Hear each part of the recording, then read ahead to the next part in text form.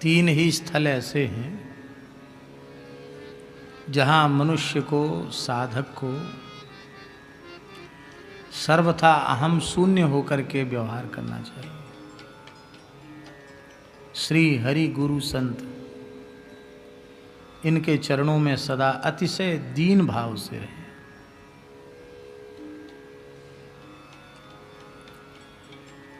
पर हम लोगों के जीवन में बिल्कुल उल्टा है। ना तो ठाकुर जी के सामने दीनता है, न गुरुजनों के सामने दीनता है, न संतों के सामने दीनता है। इनके सामने तो हम अहंकार से भरे रहते हैं। और जिन संसारियों के सामने दीनहीन बनने की जरूरत नहीं है, घिंघियाने की जरूरत नहीं है, वहाँ हमारी दीनता तुच्छ स्वार्थ की पूर्ति के लिए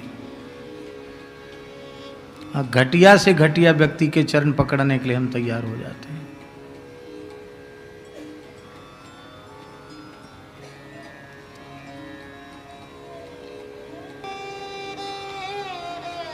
कहां कहां नहीं गए।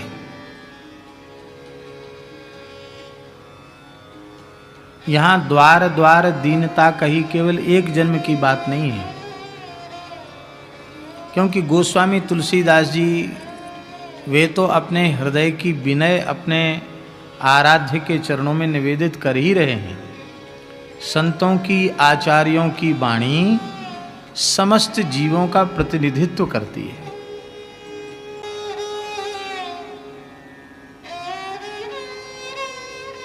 जाने कहां कहां नहीं।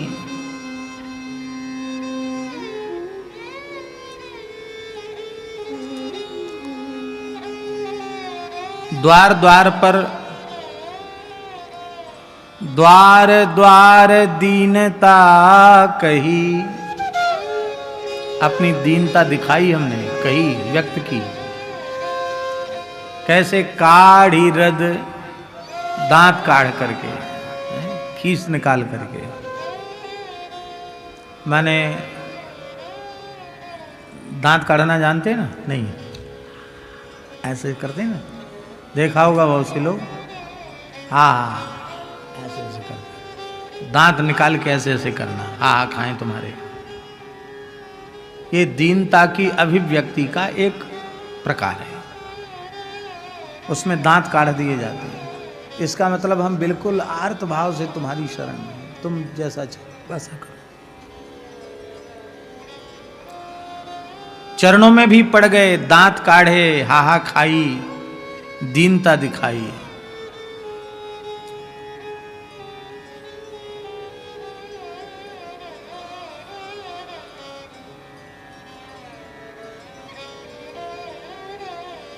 ऐसा नहीं है कि सामर्थ्यवान लोग आपकी बनाई सृष्टि में न हो। आपकी बनाई सृष्टि में सामर्थ्यवान लोग भी हैं दयालु।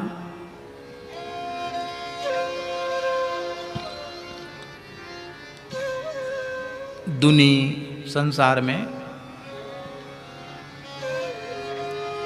बड़े बड़े दयालु पुरुष हैं, जिनके सामने आप रो, गिड़गिड़ाओ, चरण पकड़ लो तो आपके दुख दोष का वे दलन करने में क्षमी माने सक्षम है। आपका दुख दूर कर सकते हैं, आपका दोष दूर कर सकते हैं।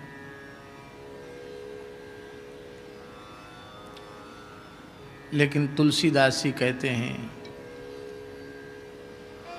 हैं और होंगे, लेकिन मैं तो अपना दुर्भाग्य क्या कहूं, कियो न संभाषण काहू।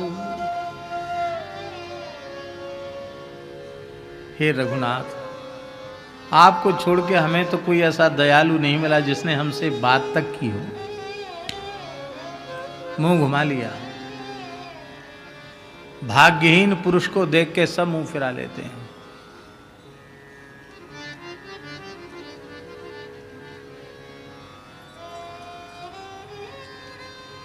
हमको लगता है देवी देवता भी अनुकूल समय के साथ ही ज्यादा होते हैं। और संसार के लोग तो अनुकूल समय के साथ ही होते हैं। केवल श्री ठाकुर जी ऐसे हैं। और ठाकुर जी के प्राण प्यारे जन जो जीव पर हर क्षण कृपा करते हैं।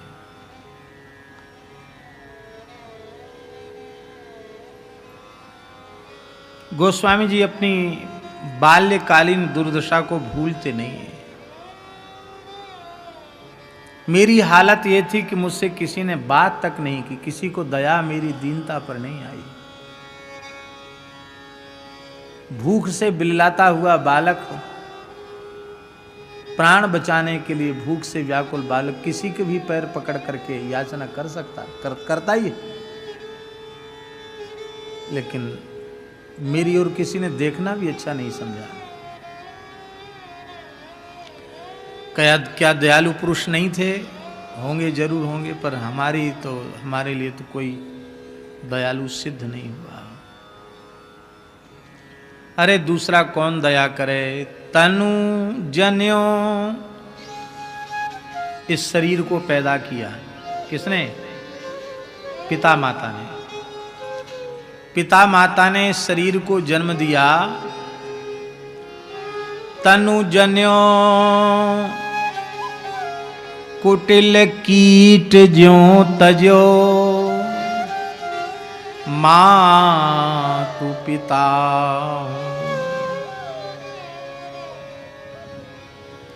माता पिता ने कुटिल कीट के समान हमारा त्याग कर दिया। जन्मते ही कोई संस्कार भी हमारे नहीं हुए थे।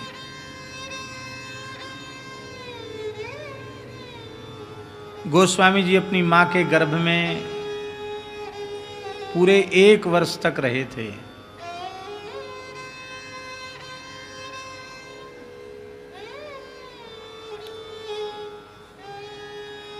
और जन्मते ही वो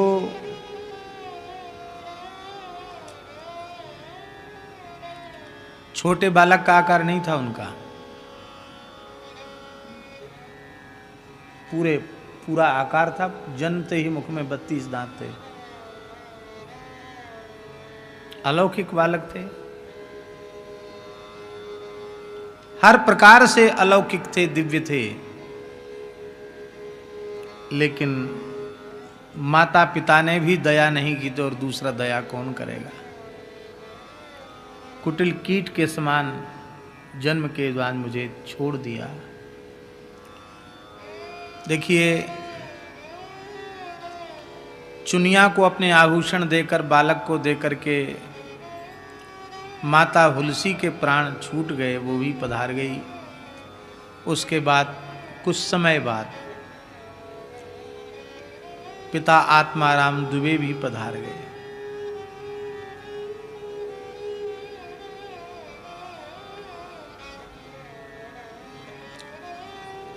उस बालक का उसी समय संरक्षण किया गया होता तो क्या सौभाग्य होता माता पिता का। लेकिन सब भगवान की लीला है। हजारों चोट जब तक नहीं पड़ती है तब तक हीरा नहीं बनता है। घन अहरन कसी हीरा निवटे, कीमत लक्ष हजारा। ऐसे जांचत दुष्ट संत को, करन जगत उजियारा। परिस्थितियों की चोट पड़ने से ही महत्पुरुषों का निर्माण होता है।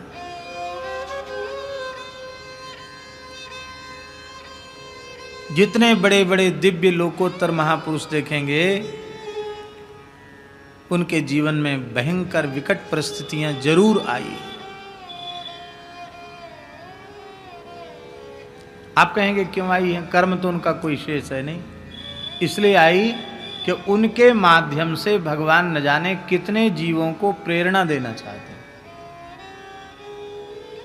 कि इतना प्रतिकूलता सहन करके, इतना कष्ट पा करके भी इस कराल कलकाल में मेरे चरण कमलों की प्राप्ति की जा सकती है। ये समझाने के लिए ठाकुर जी ऐसा करते हैं।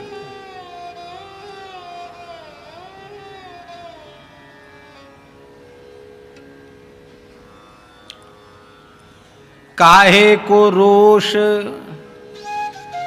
दोष काही धों, मेरे ही अभाग मोसों, सकुचत सब छुई छाऊं। मैं किसी के ऊपर क्रोध क्यों करूं, मैं किसी को दोष क्यों दूं। मेरे ही दुर्भाग्य से मेरी छाया को छूने से लोग बचते थे। इस भाग्यहीन बालक की छाया मेरे ऊपर न पड़ जाए।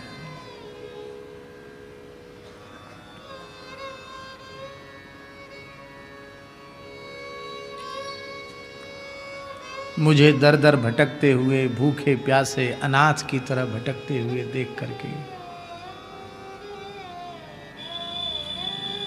रामादपि दयालवः, भगवान से भी अधिक दया जिनमें है, ऐसे संतों को मेरी दुर्दशा देखकर उनका हृदय भर आया, उनको दुख हुआ।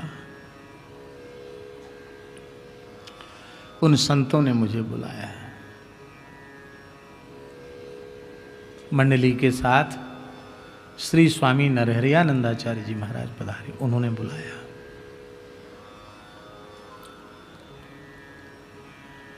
दुखित देखी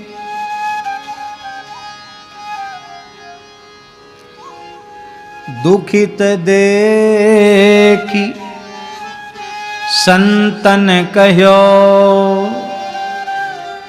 सोचे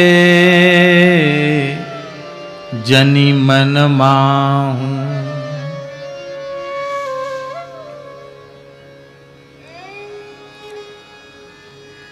तो से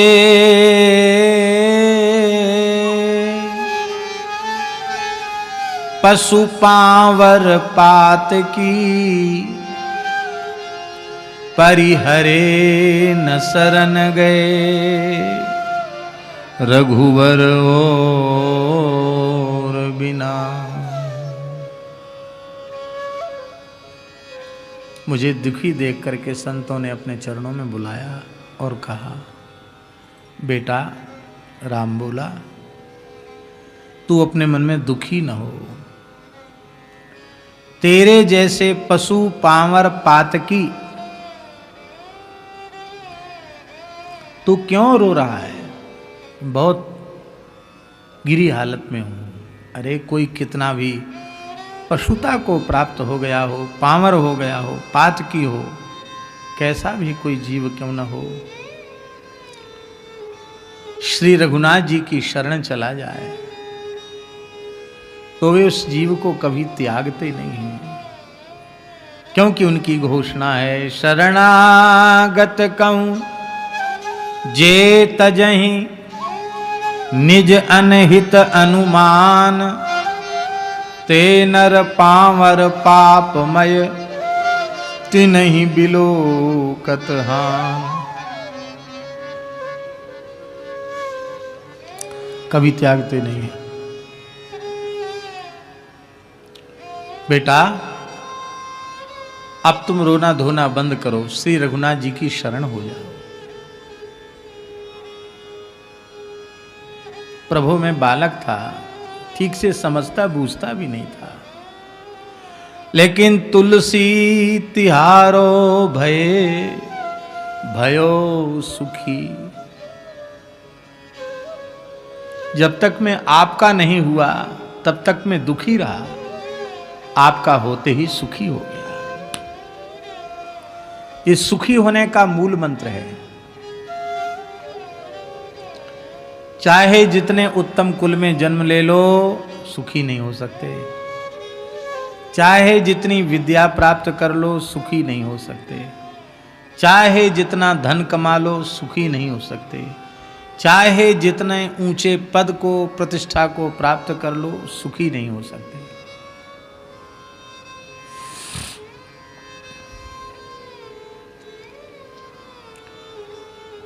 हो सकता है इस ब्रह्मांड की उसे आप सर्वोच्च उपलब्धि मानते हो, वो भी यदि कथनचित आपको मिल गई हो, पर सुखी तो फिर भी नहीं हो सकते।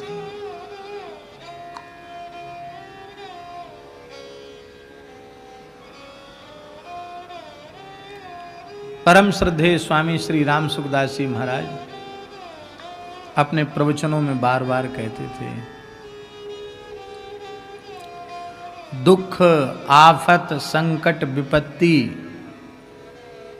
निरंतर बनी रहे, कभी छूटे ना, ये चाहते हो तो शरीर संसार से संबंध जोड़े रखो, और सभी दुखों का सदा सर्वदा के लिए सर्वथा अंत चाहते हो तो शरीर संसार का संबंध त्यागो, भगवत संबंध स्वीकार करो। मैं केवल भगवान का ही हूँ, भगवान केवल मेरे हैं। अब एक बात है, शरीर संसार किस लिए है? ये शरीर संसार भगवान की सेवा के लिए है। ये भोग के लिए जब हम इन्हें स्वीकार करते हैं तो ये बंधन कारक हैं, बाधक हैं, और जब इन्हें भगवान की उपासना का साधन मानकर हम स्वीकार करते हैं तो ये भक्ति बन जाते हैं, ये भगवान की प्राप्ति का साधन बन जाते हैं।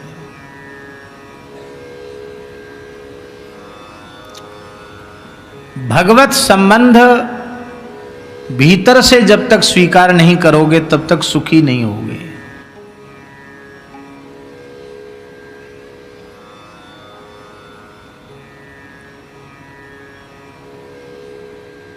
मानस जी में गोस्वामी जी ने कहा है, सकल कर्म करी थके गुसाई, सुखी न भयो अवहि की नाई। अब सुखी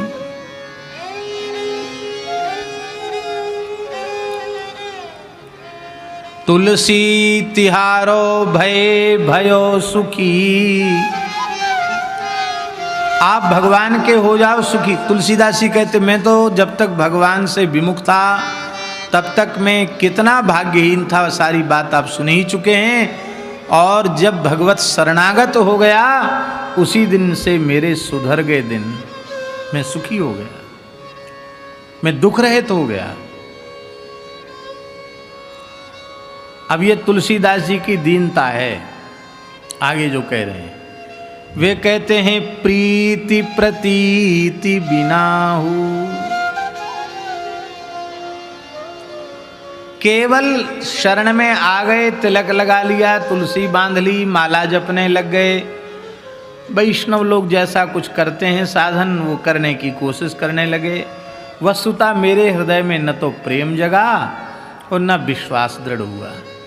लेकिन देख लो, खाली बाहर बाहर से भक्ति का नाटक करने से भी मैं सुखी हो गया, और भीतर से किसी का रघुनाथ जी के चरणों में प्रेम हो जाए और उन पर पूरा भरोसा हो जाए, तब तो फिर कहना ही क्या है। यद्यपि तुलसीदास जी की प्रीति में और उनके प्रतीति में, विश्वास में कहीं भी न्यूनता नहीं है, लेकिन ये उनका दैन्य है। तब प्रश्न उठा कि बिना प्रेम के और बिना विश्वास के तुम्हारा भला कैसे हो गया? तुम कहते हम सुखी हो गए।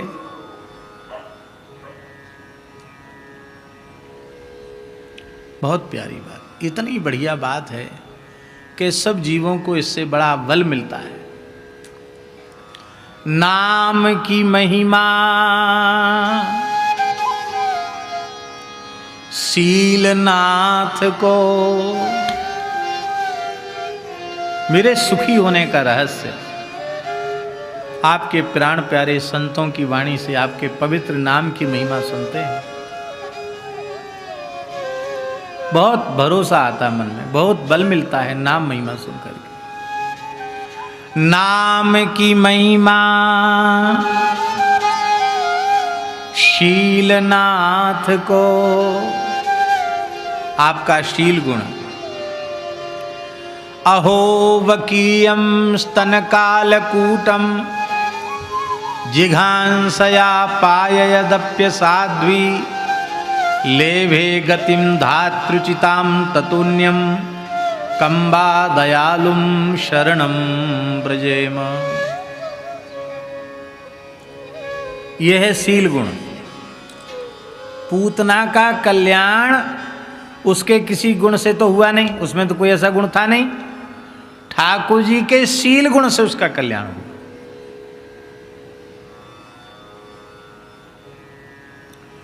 पतित से पतित, अधम से अधम जीवों का कल्याण भगवान के शील गुण से हुआ। विचार करते ही नहीं वो कि कितना नीच है, कितना निकृष्ट है, कितना पतित है। केवल अपनी ओर विचार करते हैं। नाम की महिमा शीलनाथ को, मेरो भलो बिलो की। मैं अपना भला देख करके दोनों प्रकार से, एक तो मैं अपने सौभाग्य की सराहना करता हूं और दूसरे जीवों से कहता हूं कि देखो मेरे जैसे को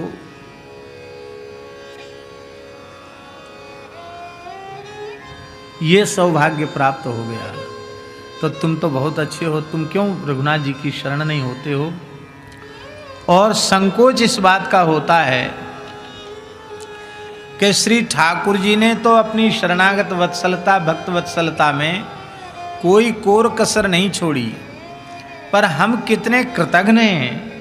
इतनी कृपा करुणा प्राप्त करने के बाद भी जैसा कृतज्ञ हमें अपने आराध्य के प्रति होना चाहिए, जैसा भजन करना चाहिए, जैसा दीन इनके चरणों में होना चाहिए, वैसा दीन में अब तक नहीं हो पाया।